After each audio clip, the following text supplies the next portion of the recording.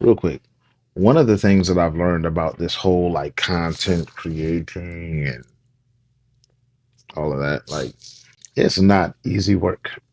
Like this whole time, I'm not gonna lie. I thought it was easy. Like y'all get up here and talk, and then like you got to have some subject matter. You've got to build like something that people actually want to hear someone talk about. Like it is extremely difficult to capture someone's attention. Like saying like I gotta. So I'm being cognizant because I was looking back on the video and I saw something that I didn't enjoy, and it was the usage of like it'd be and it bothered me because it was every like I haven't see just like that. It's I have no other vocabulary to use other than like it'd be like. It's one thing that I need to work on because I can't get on stage and saying the same thing over and over again. At some point, like the way the brain works is what?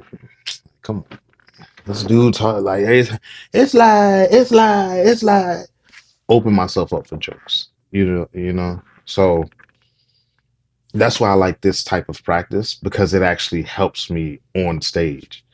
And I didn't realize that. I didn't realize that you actually have to take the time and make sure that the words that you're using are words that can captivate the audience without making them feel stale and bored.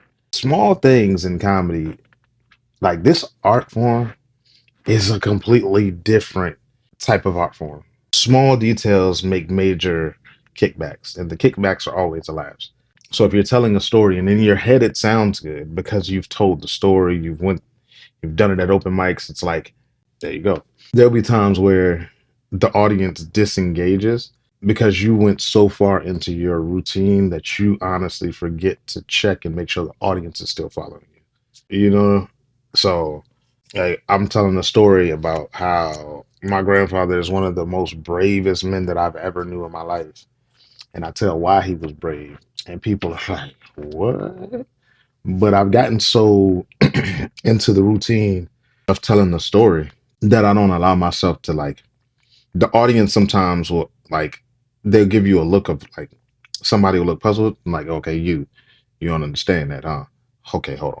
My grandfather would, and you have to bring everybody along for the ride because you want that dynamic laugh when it pops. Like I'm a slow pacing storyteller.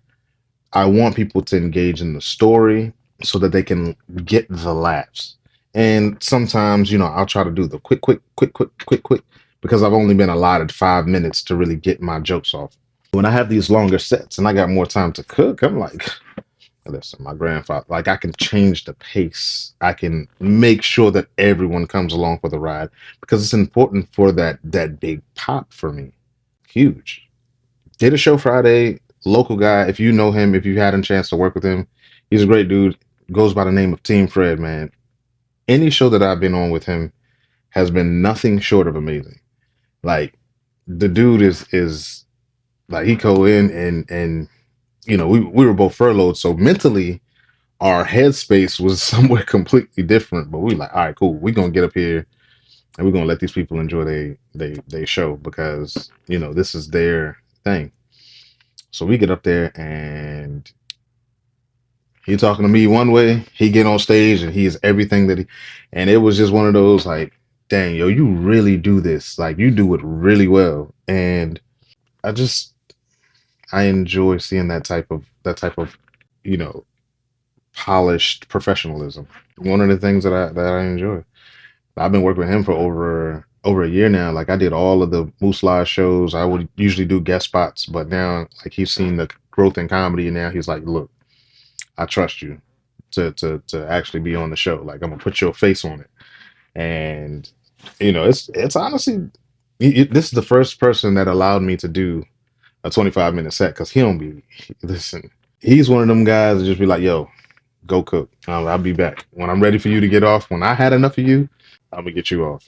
And he let you cook, man, and that's so appreciative because that's one of the things that helps me really start to grow, really grow. Um, Yeah. Oh, so shout out to Team Fred. He's one of them OGs that like have taken time. you know, and it's important. Like during this time, while I was out here and not knowing where the next check would be, and like the people that reached out to me, honestly, I don't think that they get enough credit, and it's shame on me for not really highlighting them because I don't know if they want to be highlighted, but that's what I'm here to do because if you affect me in a way that's negative, I'm going to speak on it. So why not speak on the ones that affect me in a positive way? And the amount of people that poured in through this whole furlough situation and were just like, "Hey, Mo, look, hey, I know you furloughed right now, but I got this thing I want you to do. It's a paid show. Come through. I want to put some money in your pocket." Like for the entire month of October, I've had several friends like, "Hey, you got anything this week? Okay, cool. Look, this is what I got. I'm gonna pay you. Come through, do your time and get out of here." Thank you, man. Look, because you know what I'm saying. I don't know, like it's crazy because I've been depending on this job for 20 years. 20 years, like the government has been the source of income for me. So like I didn't understand or feel a struggle quite like this because even when we were furloughed before, it was like a week, 2 weeks, whatever. They weren't letting us work overtime, but we were a high interest ship. So no matter what, like we still were able to figure something out where we still got paid within like I've never missed a paycheck. So to miss a paycheck for an entire month, bro, after 20 years of consistency, it was a scary time. It was a stressful time. Like I tried to go to open mics, but I can't perform. And this is why I told the story about Fred earlier. I'm unable to perform when the stress level is that high because I have been my consistency, my comfort is disrupted. And that's one of the things that like he showed me in a very, very particular way that I didn't even understand. Like he was teaching the lesson in that moment. And he went up there before me and like I hadn't performed that entire week last week. I didn't even want to because the level of stress. And he got on stage and he like, "Yeah, man, hey man, we and he just it didn't matter what he was personally going through. It was just a service act. And that's what it taught me. Like, yo, I'm not here to perform for me or any other comics or anything like that. Like I am here to perform for the people that want to see my comedy, that want to see me grow. That like that's what I'm here for. Because I ain't gonna lie, behind closed doors, a lot of people hear me complaining about like, "Yo, man, I don't have the support that I want." But after this furlough, I got all the support that I need. And I was like, bro, I ain't getting booked on the shows that I want, but I have not had an off weekend in an entire month. So like even this weekend, like I was off this weekend and I posted something about like I posted something that was a part of my press kit. I just put it up there. And lo and behold, like I'm finding work more consistent. And I'm like, dang, all I had to do was let people see the type of comedian that I am. My material still clean, like, but I post some of my material up. I don't get likes from other comics, especially. You're not gonna win with the comics in your area. You'll get a few people that like you and gravitate towards you, but you're not gonna get the big win until you've gotten the big win. Like you're not gonna get a flood of supporters from the local comedy scene until you've actually gotten a big win. And I don't mean like, "Oh yeah, you hosting this, you doing this." No, you have to get like a big win in order for the people that are coming up with you, the people that started before you.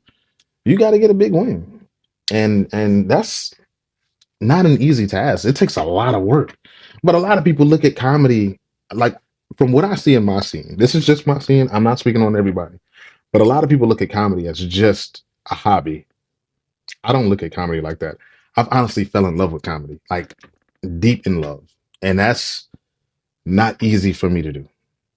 But I fell in love with comedy. And throughout this time, throughout this whole comedy journey, I've grown. I've wanted to do more for comedy. Like I wanted to if I could have a conversation, if comedy was an embodiment, I would want to make comedy proud. And even with my other relationships, like I fall short, especially in my personal life. I fall short a lot.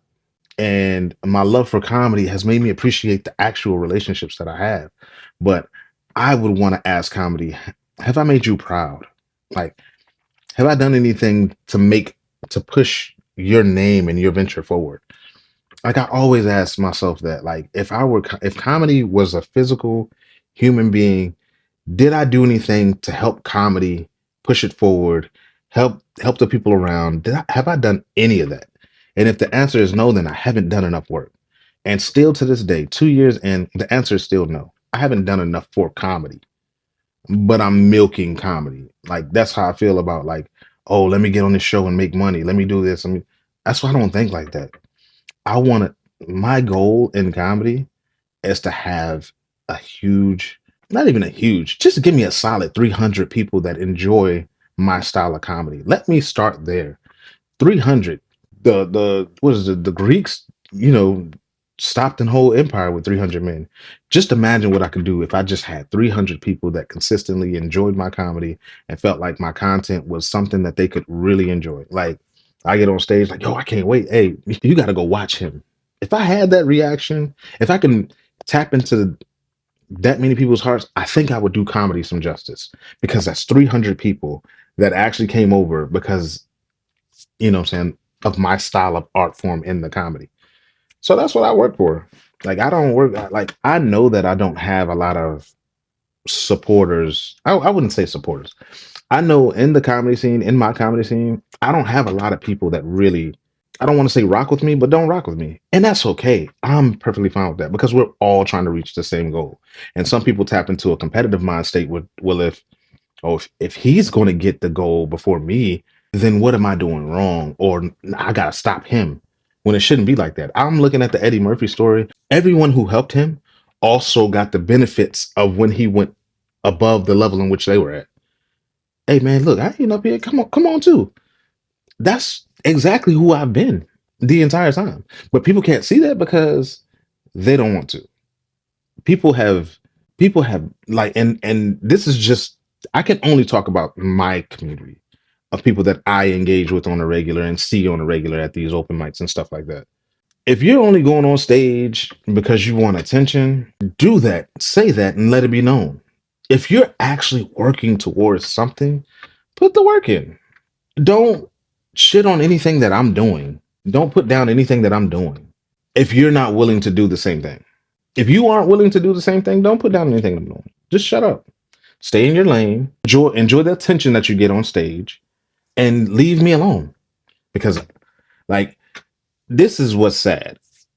I got an opportunity to do a headlining spot. Somebody saw the value in me, and it isn't even locally. It's not like I put it on myself. Somebody saw me do a 5 minute set and was like, hey, bro, I think you got it. I'm going to bring you back and I'm going to have you headline. I went up to Delaware at the beginning of September to put in work. I put in that work. Word got back to him about the work that I put in. Word got back that it was really good. He was like, hey, man, I think you're a headliner. Hey, headline for me. I've never been put in that situation before. But somebody saw my 5 minute set and saw my 15 minute set. Saw both of those sets and was like, bro, I like your material. I personally like your material. And that's what I've been working for. It's to get somebody that really likes and enjoys my material enough to be like, yo, I would like to see you for 30, 45 minutes. Okay. That's what I've been working for. I put in reps after reps after reps. I've traveled, I've put miles on my car. I've done this venue and this venue and this venue. Not to be like, oh, I opened for such and such, but to strictly say, I got one person that sees value in me. I got one person that wants to see me do something for 45 minutes. And mind you, my first encounter with this young man was back in July. July, I go there. September, I'm in there. And now in December 6th, I'm doing my very first headlining spot. And it didn't come from, oh man, I got this headlining spot because I opened for this, or I did this comedy thing. No, I did the work.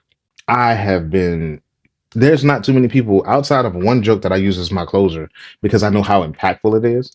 There's not one person that can tell me any of my jokes. And that's by design. That is by design. This is my style and how I want it to grow. That is by design. Not that I can't remember them, but every month I have to come up with a new 10 to 15-minute set at the casino. I'm entering my sixth show at the casino. So if I got a new 10 minutes every month, you think I don't have collectively 60 minutes that I can do comedy? I've pushed myself to be able to write that hard. Like in my book bag, I have 24 notebooks filled with jokes. Good, bad, mediocre, maybe. Filled with jokes. I've been writing new material every day since I started comedy. I'm proud of it. I walked around with the book bag. I take it to work. While I'm at work, nothing going on. I'm just writing jokes. Oh, that would be funny. Writing jokes. Looking back, reading and punching up the old jokes because I know now how to deliver them to an audience. Anybody who's come to every single show will tell you, bro, I have never heard you say the same thing. That is the biggest compliment that I can receive when I'm on a stage that grand. Because yes, I do pump through my material. I do because if you're funny, you're funny. Right. If you know how to deliver, you know how to deliver. Right. Some people want to have the perfect joke and the perfect segue. That's their journey, not mine. I want people to feel fresh and I want people to be excited to come back and say, what is this fool going to say this week? What is this fool going to say this month? I had somebody going come in since I started the casino. I've had some people come to every single show. They be like, bro, that's a different show every time, bro. I ain't hear you say that one yet. They know I'm gonna finish with my closer, so they're used to that one. Cool. But everything in between, hey, fresh. What you think about this? And I'm also working on new closers. Even with the people in there, when they hear my closer, the only part that stays the same is a one little section about how I get to the closer. Once the closer joke hits, I'm pulling back every joke that I said in that. You know what I'm saying? Because I like how I end it is like I'm in the same space every time. How I end the joke and how I call back. Boom, boom, boom, boom, boom, boom. That's what gets to people. It's like, all right, cool. We know we're gonna get there. We know we're gonna end up in this specific place. But what's gonna happen between you and that person in that space? How are you gonna bring all this together? Perfect little bow tie. That's the challenge that I've been doing with myself. It's how I'm gonna end it. And they still, hey, like they didn't hear the joke the last three times that they've seen me. Oh man, I ain't even know, bro. I ain't hear that joke, bro. Dang, hey, I heard that joke, but you say it so different. That's what I want. I want that type of excitement because, yes, I do have to use the same material. I have to practice the material before I bring it to the forefront. It's tough. It ain't easy, but I enjoy doing it because I know how important it is to get that person to believe in the process in which I'm going through. People love Josh Johnson is because every time he touches the stage, he's funny and it's fresh. This dude putting out a special every week. That's the level in which I want to be at. Like I'm not pushing to be a regular Joe Schmo. I'm not pushing to be a recreational comic. I want to be great at whatever it is that I'm doing. And right now, the choice of the matter is I want to be a great comic. I'm not saying I need to be the best, but I want to be great. And seeking that greatness is all that I need, man. People be like, "Oh man, you got that Mamba mentality." My middle name is Brian. Tell people that all the time. That's my middle name. Oh man, you lying. So many people I've had to show my ID to were like, yo, this is it might be in the name or it might just be in the spirit, but this is who I am. Like I want to be great. I want people to say my name. I've had people come to it's 200 plus people every time at the casino. And I've had people come to me and be like, bro, you funny. Hey boy, you stupid. Hey boy.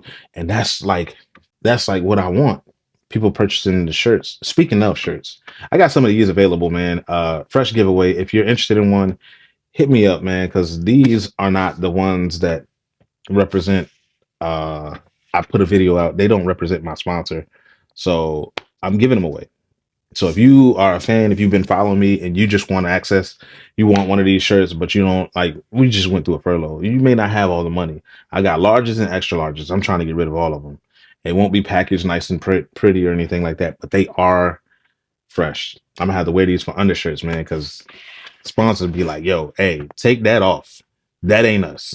I ain't mad at them, man. I love them people over there, bro. They like this is good. But yeah, even down to that. Like my comedy, like I go into this store every single day. And my comedy is and them believing in what I believe in. Drafting up something and getting somebody to believe in you, like get somebody to believe in you enough to part ways with their money. That's a major responsibility, and I'm willing to step up and do it, man. I'm I'm I'm telling y'all, like greatness is everything that I'm searching for. I'm searching for greatness. I want nothing but greatness. If anything comes other than greatness, man, I like I'll continue to work. I won't accept mediocre. I got a show this weekend. I'm in DC, Woodbridge. Y'all want to see? Come on and see me if you're in Woodbridge. I don't know who. I don't even know who follows me. But if you're in Woodbridge this weekend, please come out and see me. I'm out here. I got a show. It's at Brittany's restaurant. Don't know anything about it. I know that I'm furloughed, and I know I gotta enjoy this thing. So yeah, man, Brittany. I'm happy to even be looked at to do it. So looking forward to it, man. This weekend, y'all come see me. You come see your boy. Come see your boy. All right, ain't nobody going up to DC to see me. I think most of my most of my people are local, but even so, next Wednesday we at the casino. Y'all know what we do there. Y'all know what we do there. I got some great people coming. As Hamlin, Patrice DeVoe, Sherry Priester. Sherry Priester, I did both shows with her this weekend. Sherry Priester is like that. She's nice. So yeah, we got some local talent. We got, you know what I'm saying? We got some people coming from DC. We got some people coming from Richmond. I think that's how I want to layer the show. It's like one local, DC, and Richmond. I'm building a lot of connects out there. And people are willing to drive down to come see, you know what I'm saying? So yeah. One. And huge shout out again. I probably should start off the show, man. Shout out to my sponsors. Shout out to my sponsors, man. I only have one, so I'm gonna definitely highlight them. I'm highlighting the hell out of it. Hey, where y'all at? DTF. Shout out to them all day. Yeah, look, y'all be safe out here, man. It's getting real. All right, peace.